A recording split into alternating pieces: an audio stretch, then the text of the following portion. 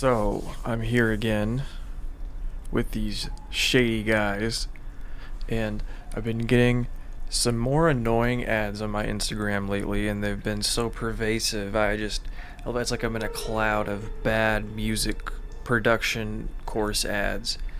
And funny enough, it's a repeating offender. Somebody I covered, or channel I covered in my very first video on this channel, my very first episode of Production Poacher. And the culprit is none other than mastering.com, formerly known as Musician on a Mission here on YouTube. They used to do YouTube tutorials, mixing tutorials, stuff like that, and you can still go on their channel. I'll show you later in this video and find plenty of videos giving you different mixing tips and all that kind of crap. So I'm going to show you a couple of these ads that I've been getting from mastering.com and why I have an issue with them, why I think they're kind of corny and useless, and they're trying to sell you really a whole lot of nothing. Production Poacher! Okay, so let's get into some of these ads and why I think they are so bad. Yeah, sounds good. Maybe a bit muddy. Yeah, agreed. Let me fix that. Okay, so let's go to the EQ page and look for... My first problem with this is I don't know who the guy behind him is supposed to be, but if it's an artist, I mean, I've been in the studio with somebody before, and they didn't even know what a metronome was. And I think that's more common than I'd like to believe. So you have all these varying levels of knowledge, and I seriously doubt that the person who's not the one in the cockpit, the one engineering the song, who's the person who should know if the mix is too muddy or not, I don't think the artist is going to be even knowing the word association and the sound to even call that out or know that problem just by listening to it. So I just think that's a weird selling point for this little booklet, obviously, is what they're trying to sell. Muddy up here, and that could be anywhere from 100 to around 450 hertz. So let's try that.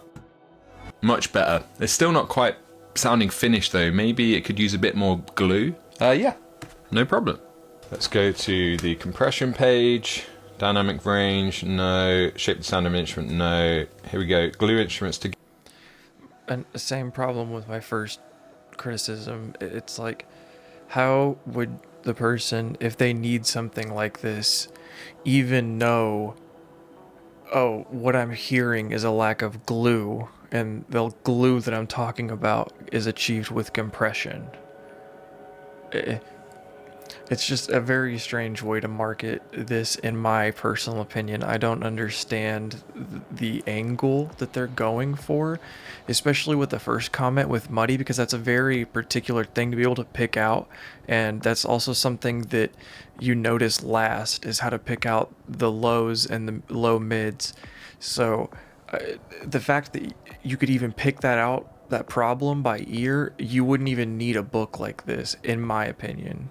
This track sounds a little bit nasal, but I'm not sure how to fix it. Let's go to the frequency spectrum. Nasally.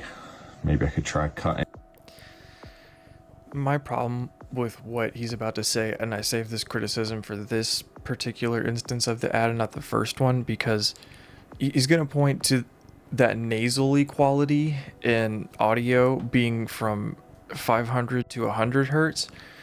And I think that that's so instance-based, depending on what vocalist you're dealing with, what kind of audio you're dealing with. That nasal quality could be found up in the 1.5 range, even more towards the 2K range. So I just think getting in this mindset, especially leading beginners or novices, people that are looking for something like this in the first place, which I don't even know why you would be when there's so many other audiobooks and referential things you can find online or in videos, but we'll get to that later. Being like, oh, this is the frequency spectrum that you'll find warmth or punchiness and or presence or air, those things can be so subjective based on your source material and the type of genre that you're recording and mixing. And So I just think it's such a bad mindset. Obviously, there's general areas for things, but those things can also still shift. I mean, things like air are always going to be around the same place, but a specific word like nasal quality, that can be super different, especially like things like that boominess that you get around like 100 to 150 hertz. That can be very subjective. The body of the vocal, sometimes that can be around 200 hertz, sometimes that can be around 300. So it's all just instance based, and referring to a chart or a little booklet like it's like a math problem and the equation's always solved the same way every time is just the worst mindset, if I can say it again, to get into. Around 500 to 1K. Okay, great, but how do I get this kick to sound more punchy? Okay, let's go to the compression page. To control the dynamic range of an instrument, not that, to shape the sound of an instrument.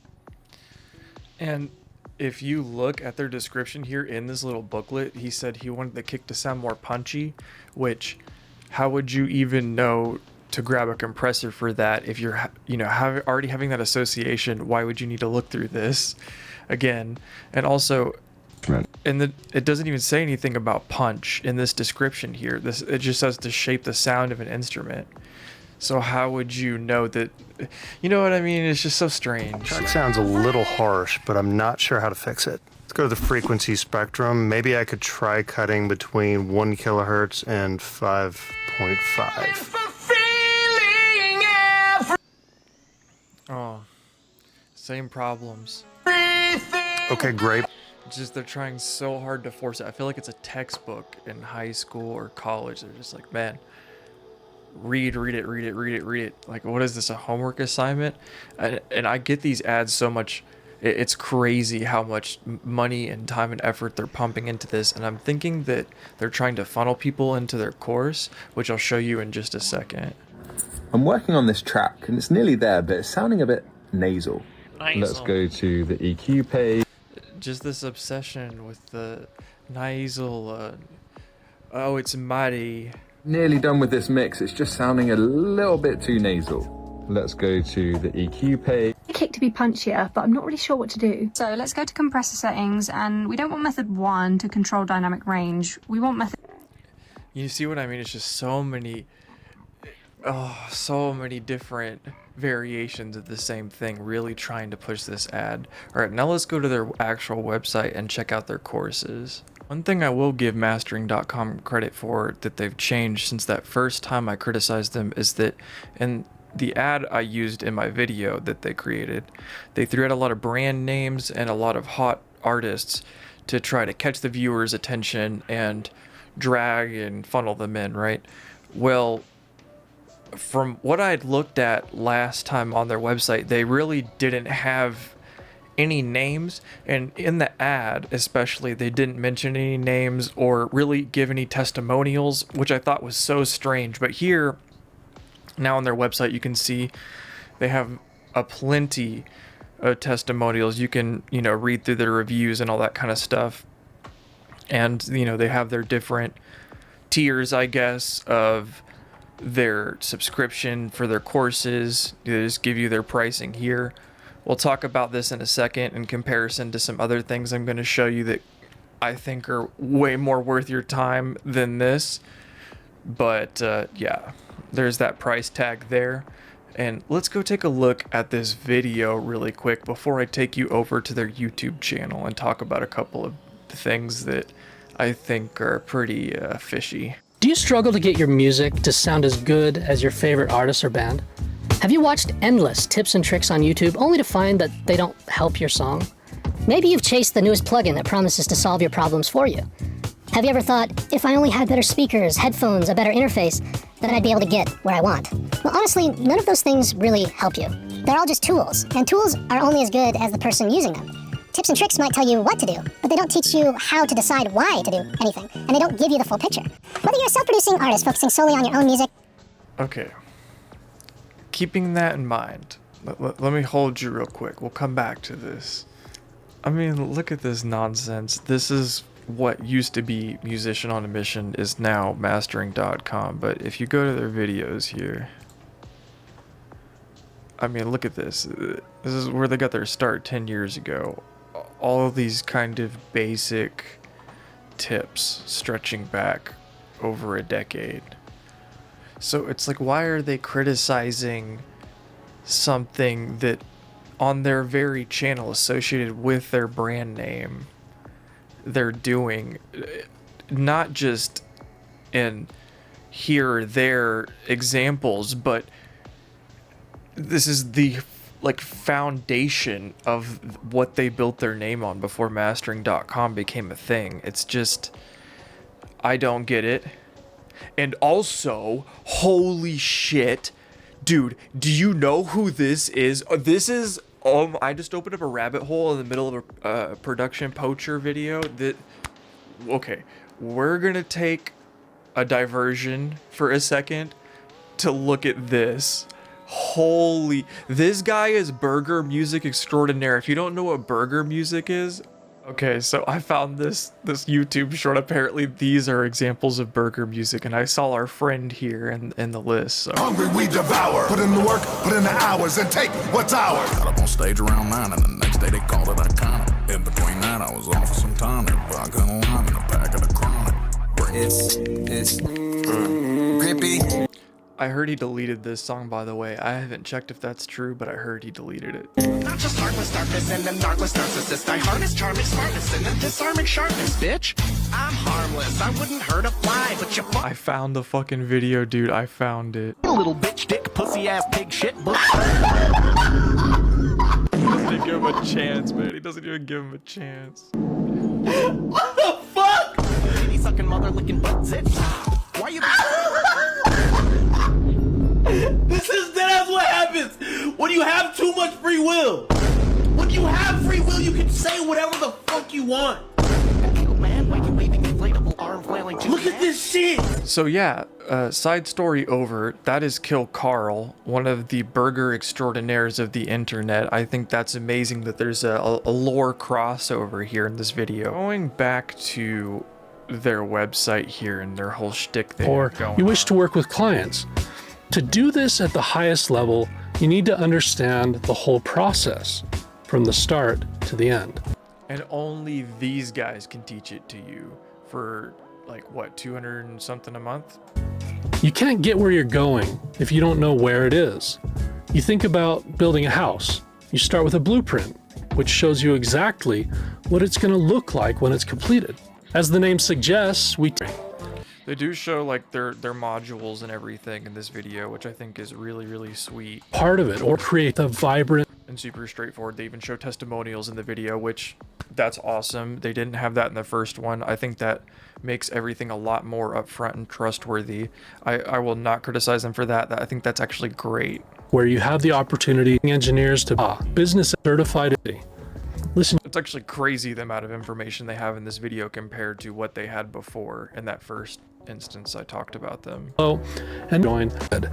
But now I'm going to show you some things that compete with this in a way that I don't think what mastering.com is offering can ever really sell you.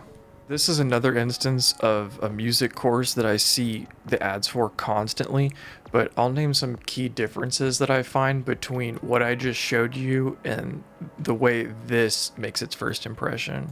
A year ago, the world was plagued by flat, lifeless, emotionless mixes. Millions were lost chasing plug-in chains. Then, from the mind of Grammy-winning engineer Jeff Ellis Worldwide, came something different. A blueprint, a philosophy, a religion. Mixer Brain, a maximally for-profit online course in the... I love that. I love that they make it, hey, we're doing this for money, you know. And then there's also, oh my god, there's Doom 3 on the desktop, by the way. That's, but it's just right out the gate. The person who is the face of mastering.com, you know, shade to him, channel Musician on a Mission, mastering.com. I think it's not necessarily like they're selling snake oil. It's just that Jeff has way more credibility, and he's the face of his product and his course, and he's very upfront about the way that he sells things. The presentation's way better, everything's way more fun, straightforward. They're not trying to sell you like shitty plastic 32-page pamphlets of like mixing tips that aren't even really like solid, in my opinion, and very questionable in the way they're presented. First year, every single one of the hundreds of reviews were 5 stars, except for one asshat that gave us a 4-star review. The course provides over 100 videos, 24 plus hours of content, and access to our Discord community of students. So I mean, as you know, very straightforward. And the last video I showed you for mastering.com was too, but those pamphlet ads weren't straightforward. Everything that I've seen about Mixer Brain is very clean, very professional. I mean, I'm assuming just like this guy's career. I don't listen to a lot of pop music, but I'm sure that I've heard something that Jeff Ellis has, you know, put his hands on. And this is one of the 2 examples that I wanted to show that I feel like is way more worth your time. I mean, and I hate to make an appeal to authority here, but for these price points here, if you compare this to what they had on mastering.com, I mean, come on, just look at the price difference here. If we just, for as low as $244 a month, cheap online courses, they say here, but I mean, if mix with the master, I mean, it's just this night and day difference is insane to me. And let's go back up just to remind ourselves of what we're getting access to here. I mean, like I said, I hate to appeal to authority, but if we're going to be playing the game of getting the best information or having the highest likelihood mathematical equation of getting information into our heads that's going to get us to our goal, you know, if we're looking at online courses for their validity, I don't think there's much of a competition here. And the last thing I wanted to show you before I leave you guys here today is, this one's a little bit more niche here. Obviously, if you know what Nail the Mix or URM Academy is, they're more geared towards modern day metal, hard rock. But I know that I have seen some videos on their channels with engineers working on like pop punk, alternative rock, stuff like that. So I know they have some lighter stuff. I definitely think for this price they have down here, I mean, dude, if you look at these prices they have, it's very friendly to the DIY average musician. I mean, you could be a kid working your first job out of high school or still in high school and be able to afford this. So I think that's really cool. Definitely a really great resource that you could use, way better of an option in my opinion than mastering.com, Musician on a Mission, or anybody like them trying to sell the kind of thing that they're selling. I'm sure that if you're a kind of person like me, you can smell it. So I'm back here with these business partners here, and before I go, I definitely do want to say that I know there's more stuff out there like this. I know I'm not trying to single mastering.com out. I just get these ads as a normal everyday person on my social media, scrolling like everybody else does. They're putting themselves out there to be criticized, and I'm doing just that because I mean, from what I just showed you today, do you think their product is superior? I mean, tell me down in the comments. Genuinely, I want to know. And if you enjoyed this video, make sure to go to like, subscribe, and comment, all that good stuff. Gonna be making more of these faux show. I know there's more bad stuff out there, bad plugins, all that kind of stuff. If you like this video and you want to see more of that, definitely comment down below some stuff that you've seen. I got my eye out. I'm going to be keeping my eye out. Luckily, I haven't been getting that many bad ads lately, but I know that doesn't mean they're not out there. So I am on the watch, and I'll catch you guys next time.